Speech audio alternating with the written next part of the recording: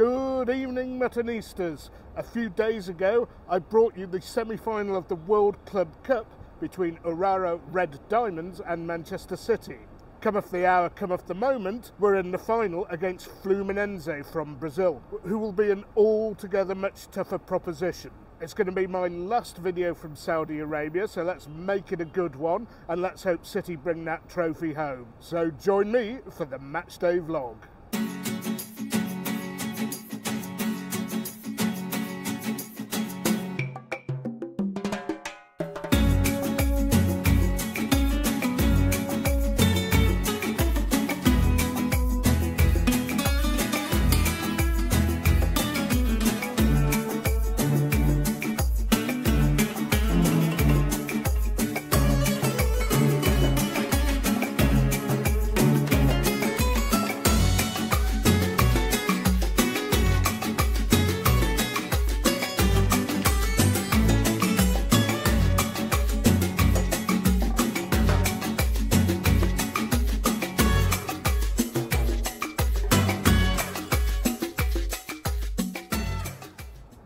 Now, my friends John and Daniel have been itching to try traditional Saudi mandi cuisine. I believe that's a oven or pit roasted piece of meat along with some rice. Very traditional Saudi fare. I've never had it before. And so viewers, I think this will be as exciting for you as it is for me.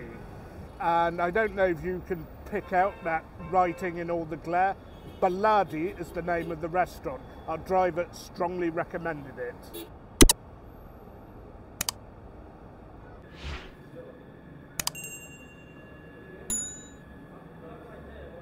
So Muttonistas, we order and pay on arrival, and we've gone for a quarter mutton, which is goat here with rice.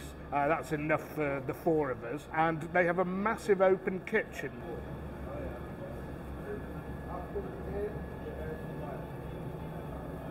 And if you can see at the back, all the rice is being cooked in those cookers round there, and those absolutely massive vats there. Presumably, that's where they infuse the flavours of the meat and the rice.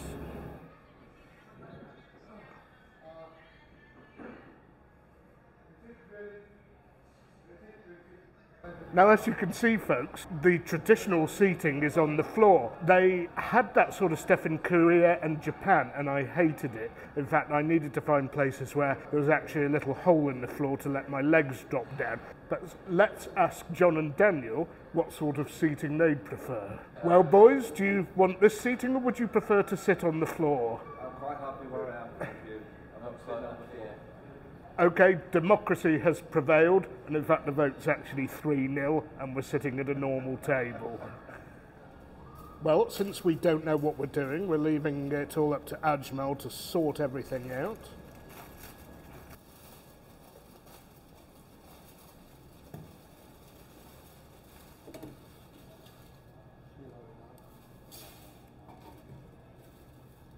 Okay, Muttonistas, hats off. Hot, thirsty work this is going to be.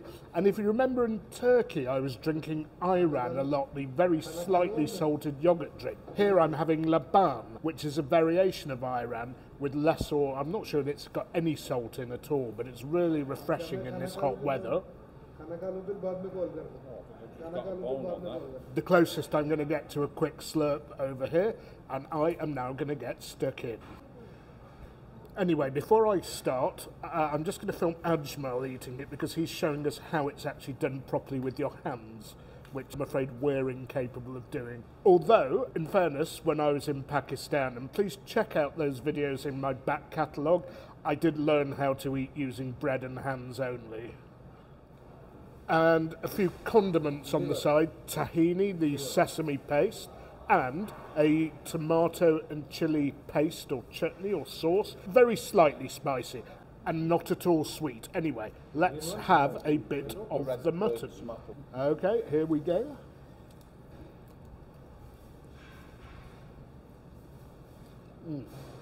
Oh yeah, that mutton was super tender, juicy. It's cooked through, almost slow cooked, I think. And in Pakistan, although I did have lamb a few times, I actually preferred the mutton chops, the mutton karahis to the very few lamb ones that I actually had. Just a very rich meat, really. If you see goat on a menu near you, I would recommend you try it. And now the rice. Yeah, the rice tastes a little bit meaty as well. But I'm quite happy to put a little bit of the tahini and the chili in to flavour it up even more, though it's quite tasty on its own. Okay, muttonistas, I am going to tear into this, and when I'm completely sated, I will come back and give you some football. Remember, this is the night before, but the first vlog, I had real problems with the internet in my hotel, so I'm getting most of the food segment done now. That is not to say that you might not get a little bonus tomorrow. Right, muttonistas, it's match day, and I thought, no, you boys are still hungry. I'm going to bring you some more food and a little pre-match chat, not too much, and I have something that's a real treat for you. It's something I've never had before. I'm pretty confident most of you have never had it before. It is a Sudanese restaurant. It's called Al Khair. I had to get Ajmal, my driver and guide, to translate for me, but I'm really looking forward to this. This is something new on me. So same here. They make meat on the rock. And again, muttonistas, everything is written in Arabic here, so I'm glad Ajmal's with me to help me, because I wouldn't even know what the dishes are, let alone being able to read the Arabic and explain them to you. So there is two things. Let me tell you. Yeah. This one and this one. Okay. And what are they? The owner that was standing outside, he told me they have one thing, special kebab. Yeah. So let me order three things, 1, 2 and 3. Okay. It's 35, and the kebab is 30. Okay. Is this okay? So what are the other two things there? This one, shaya and wasla furud. It's inside tanur. Okay. They roast the mutton, and shaya, it's on rock. The meat on rock. So other than the special Sudanese kebab, which I understood perfectly, I'm not actually sure quite what we're getting here. Right, muttonistas, some dishes have arrived. I think Ajmal's popped out to get some laban, the yogurt drink, for me, but I'll wait till he comes back before I start eating, because I'm not sure what it is. It looks like salad with a slightly spicy dressing and some lentil soup. And again, I'm really not sure what this is, so I'm going to wait and see. And this looks like it's going to be a bit of a meat fest. If you like meat, you'll probably like this restaurant. And now some flatbreads have arrived. I remember watching some documentaries, I think it might have been Michael Palin in these parts of the world, where these sort of round flatbreads in Sudan are very, very popular. Having said that, most of Middle Eastern cuisine has its own special type of flatbread. Okay. So it's fire. Yeah. So what is this? This is aubergine? It's a vegetable, like what you can say. It's a black one, a bigger one, like this. Yeah, it's aubergine or eggplant, Yeah. We go for that because we have a lot of meat, so I have some vegetable. Yeah. Okay. Oh, shorba. Now then, muttonistas, the hospitality in this part of the world is always very, very good. And I think it was the chef or the manager has invited us to try a couple of extra dishes. One is beef tripe and one is a stew made out of aubergines. But in the meantime, I'm going to ask Ajmal to explain what we have on the table. We have here a cow meat. Okay. In the tanur, the roasted tanur without oil. Okay. This a special kebab. Yeah. So I'm not sure how they cook this. And which meat would this be? This is for cow. It's also Okay, for cow. both beef. And this for mutton. Mutton. Roasted on the rock. Okay. And the magali has a zait. It's fried in the oil. Okay, fried in. اوكي الشيء على الحجر. اي معلوم. هذا ايش حق ايش؟ حق غنم ولا بقر؟ لا غنم. This is cow soup. Okay. Beef soup. Beef soup. Beef soup. Beef Okay. soup. And this is stomach. Yes, beef stomach. And this is eggplant. Aubergine. Dessert same like you can say custard. Custard dessert. This is a sauce. Is it spicy? Ooh, No, not very spicy. Not very spicy. Not very spicy, but a little bit spicy. Okay. So it's a lemon. Yeah. Salad you can see here. Yes, excellent. And of course, you all know how much I like these yogurt drinks, so Laban has been procured.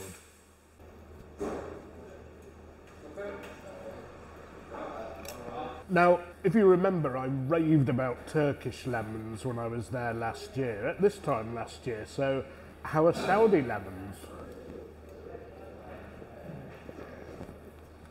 Yeah, they're pretty good. I mean, when you have this hot, dry climate, you should be able to grow good lemons. Lemon being squeezed all over the meat, that's something I noticed in both Turkey and Pakistan was a common and popular thing to do. Let's try the flatbread. Pretty good. So we'll start with the fried beef. Pleasant, very pleasant, nice meat, but Ajmal recommended I add a bit of sauce to it. It's nice, it's got a bit of spice, it's got some herbs, I think there's some parsley in there, goes together like peaches and cream with the meat. Now, onto the oven roasted meat, again beef. Yes, I like that one, it's tenderer than the fried meat. Next dish to sample, muttonistas, the charcoal grilled mutton. That is the pick of the bunch. I always do say that you can't beat a bit of mutton. I'm not sure how they've done this, but it's very peppery. The lemon that's squeezed on stands out, it brings the flavour of the meat out. I'm loving this. But before I put my camera down and start chomping away, we still have to try the 3 extra dishes that the management gave us. First of all, the beef tripe. Now, dishes like this do go a lot better with bread, but I can't use both hands, unfortunately, at the moment, so I'll just give you a taste of the tripe. There's a little closer. And I know a lot of you are very, very queasy about having offal. Offal, if it's done nicely, is very tasty. The problem is in some countries, particularly Britain, it A has an association with being poor, and B is cooked to death. And it's all about the sauce. Offal is very good at assuming the flavours of the sauce it's cooked in. Very light tomato sauce, nothing spicy, but very tasty. And I have to say, they have cooked that tripe superbly. It is so tender. I know a lot of you just won't bother eating it, whatever I say, but I like it. Now, finally, the aubergine. Again, very lightly seasoned, but cooked perfectly. It's not mushy like an overcooked aubergine, nor is it hard like one that's been underdone. It's probably an Asian aubergine because it's quite hard to cook European ones without putting masses of salt on it. In fact, that's so good, I'd better take another spoonful. Beautiful, really beautiful. And the management wanted to give me a taste of every single dish on the menu. I'm afraid muttonistas, even my stomach has its capacity. Anyway, I'm going to have a quick slurp of the Iran Laban yogurt drink, and I'm going to get on with this because I need 2 hands and I want to enjoy this meal with plenty of bread. Right, muttonistas, coming to the end of the meal. Loved the tripe, really did. So tender in a slightly spicy tomato sauce. The aubergine, again, cooked perfectly. And the mutton cooked on charcoal, deliciously peppery. I'd have that again anytime. But we do have this bad boy to finish, the beef bone. Not sure I'll finish all of it, but I'll give it a go.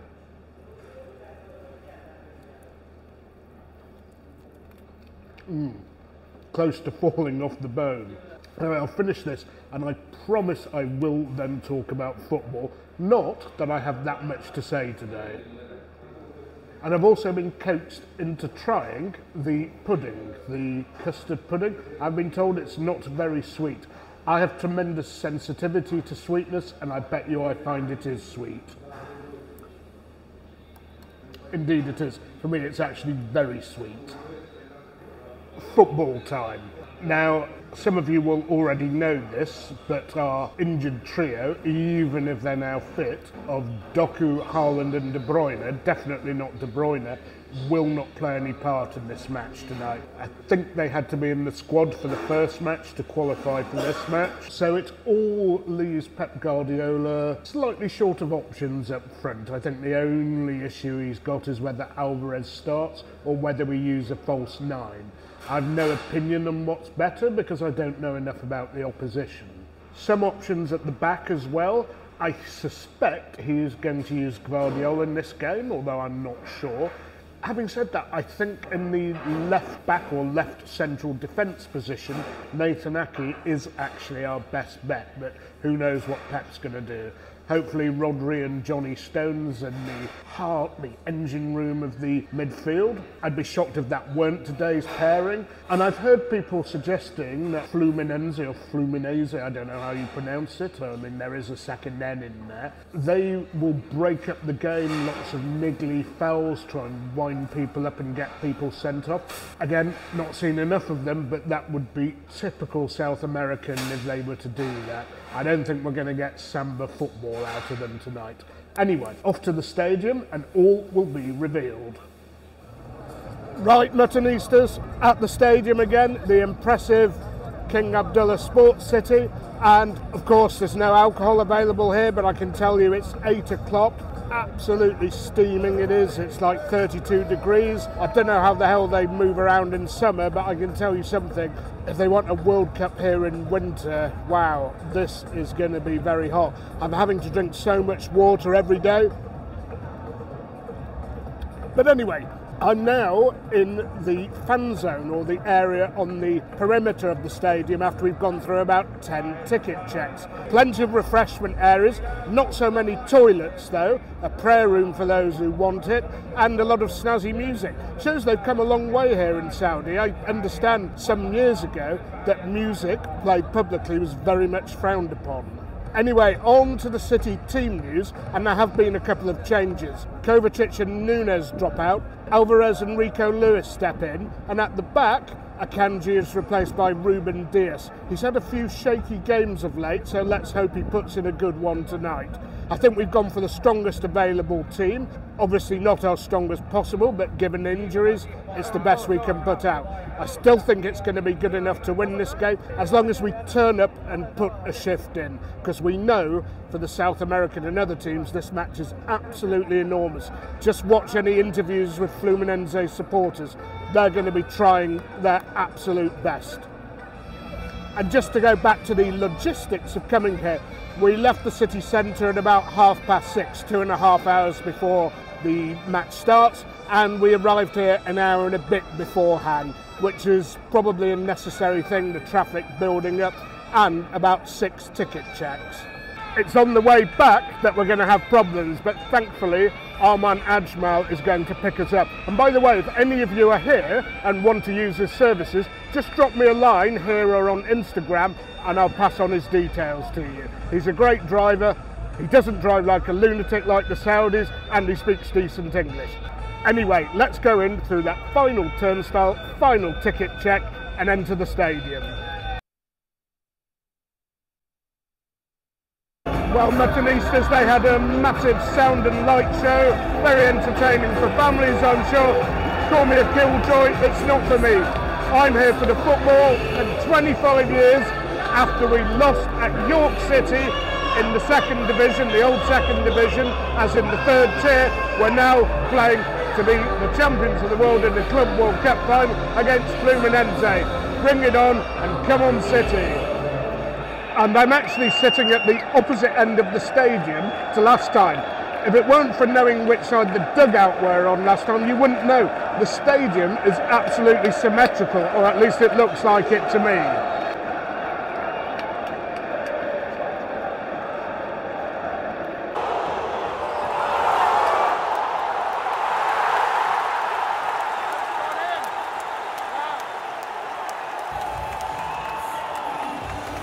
Well, what a gift early on. That came from a Fluminense throw as well. They were pressured at the throw.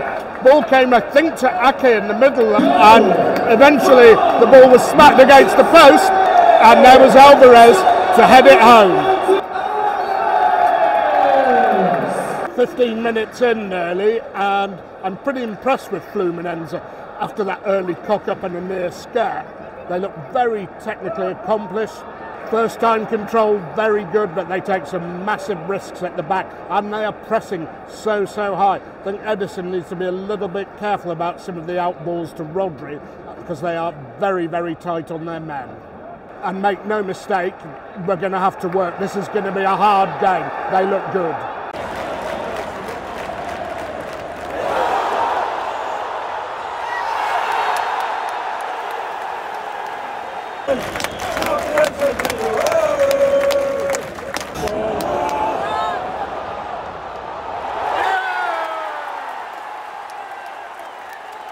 So Fluminense look really accomplished playing out of the back, but on that occasion they weren't. I mean, some of their attacking play and pressing is excellent, but they made another mistake when in possession. Phil Foden got in down our left, and he tried to curl the ball into the corner. Not sure that's where it was going to go, but the big deflection did the job for him. 2-0 City.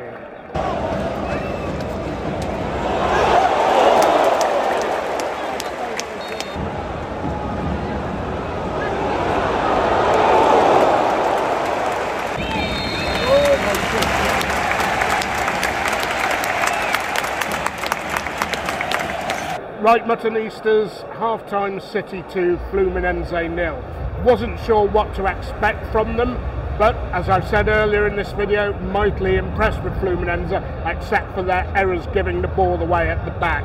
Both goals came very cheaply, in my opinion. They were taking tremendous risks playing the ball out without the wherewithal to do it sometimes, and okay, a couple of times they played out beautifully and set up some good attacks. But other than that one with the back flick, they looked a little bit blunt to me. After the early goal from Alvarez, after Ake's thunderbolt hit the bar, Fluminense sprang into life. And I think the City players were a bit surprised by how tight they were going man for man. And a couple of Edison's balls out from goal. Very risky, but City did the business each time. Didn't give the ball away in a perilous position. I suspect some of those Fluminense players, scouts will be looking at them, and particularly some of the midfield and forward-going ones might end up at European clubs before too long. So it's impressive how well they play, given that the cream of the South American crop is always picked off by European clubs. And I'm hoping City can manage the game as they did at the end of the first half, grind them down, get that third, which would surely put the game to bed. And for once, I've nothing to complain about. I'm happy with the performance of all the City players, with Rodri, of course, controlling things in the middle of the park. Anyway, let's hope there's not going to be a Palace, a Tottenham or a Chelsea, and we end up winning this game, well, hopefully comfortably, and bring home the trophy. And if you're asking why I'm standing out here, it's because they just go over the top with the music. It's way too loud and there's too much of it.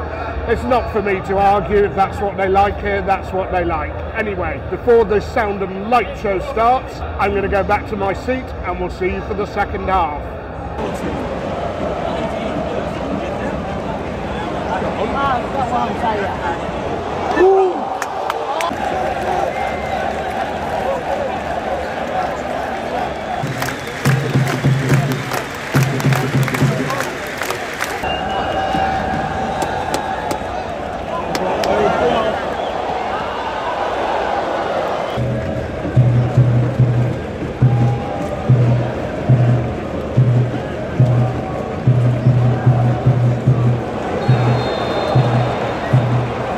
Okay, we're about 70 in, and City should have put the game to bed by now. We've made some great chances, not been able to finish them off, play the final ball, and a very nasty challenge just went in on Rodri, and the Brazilians are starting to resort to that. They've had some moderately dangerous positions of their own, but their final balls are awful. 20 minutes to go. I think we should be able to see this out.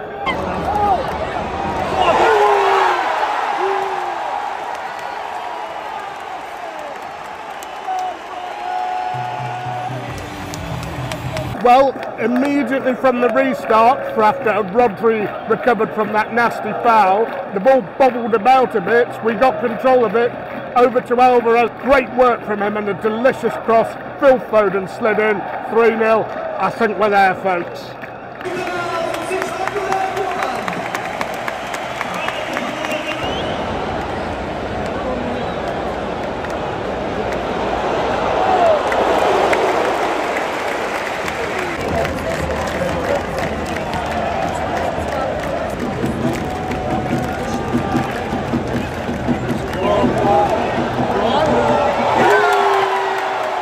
Well, the Fluminense defence went missing down their left and our right. Matthias Nunes took the ball on, delivered a great cut back to Julian Alvarez, and the ball fell in a beautiful position. Smacked one precisely into the corner. 4-0 City. And for me, he's been the man of the match.